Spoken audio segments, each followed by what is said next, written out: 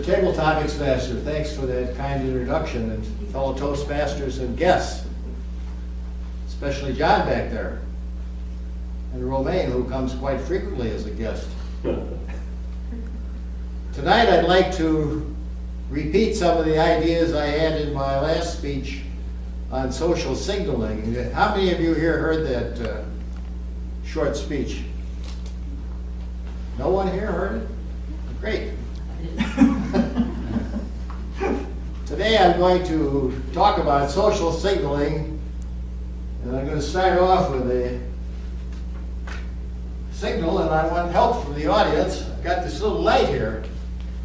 Now, what am I trying to signal here?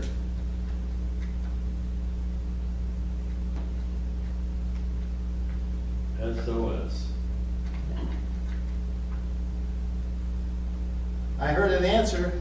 SOS. SOS. That's fine, except the other fellow on the ship over here, he sent the same signal. 2 ships sinking and nobody coming to help. So that's an example of a mismatch in social signaling. In this case, it was an emergency. We give a lot of time to how logical they are and how we present ourselves. But I was reminded by a UCLA professor that said body language is 55% of your communication, and tone of voice is 38%, and what you actually say is only 7%. So as you can see, that people that have these 4 factors that I am going to review again for you, you'll find that the communication, the social signaling, is enhanced. The first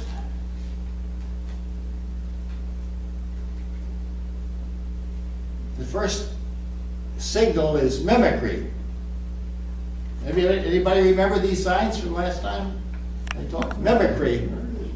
And in a communication, if you start mimicking me when I talk to you in a conversation, then I know we're connecting and you're not off in dreamland thinking about something else.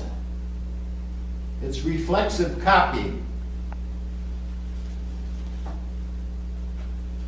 The second point, this was made by a guy who actually instrumented people so they could detect social signaling and nonverbal communication and actually predict whether a discussion or an agreement would come out of the outfit based on how well they did their social signaling. The second item is influence, and it's the extent to which we match speech patterns. So if you come back in your conversation and you're kind of on the same frequency, you're not using technical jargon because I'm not using it, we'll get along much better in our conversation. The third point, and I think this is one of the most important of the 4 points, is activity. And you can see by watching speakers how animated they are, how interested they are in what they're saying, reflects on you who are listening in the audience. Some synonyms would be wide awake and be alive. And of course the antonyms are inactive, sluggish, and idle. The fourth point, and this is perhaps the most important one, is consistency. If your ideas come across in a consistent fashion, you're more likely to believe what I'm saying than if the ideas are all mismatched and not clear. It's fluency in speech I'm talking about. The opposite, the synonym, is inconsistent or incongruous. An example of that is a sly, shy, sedate young lady becoming a go-go dancer, a very incongruous situation. Now that is this review of my last talk. So now we're going to get into the really new stuff that I came across that I'd like to mention to you. Consistency leads one to think of a concept called charisma. I think we all know what it means, but very few of us have it. It's personal magnetism. I'm attracted to this guy because he's so charismatic. It's also charm. Charming young fellow here. Or there, that young lady over there with the camera. A leader's rare personal quality who arouses personal devotion and enthusiasm. I think we'd all like to be charismatic because that's a communication skill that really not many of us have. Now, I mentioned the word charm, and while I was on vacation this year, I happened to read a book on charm because I didn't feature myself all that charming, especially when my wife wants me to do something and I don't do it. The Power of Charm by Brian Tracy and Ron Arden has lots of good stuff for all of us to reflect on. And I've already done some of this with some of the young ladies and men here in the audience, and I'll mention these signals for charm. Eye contact.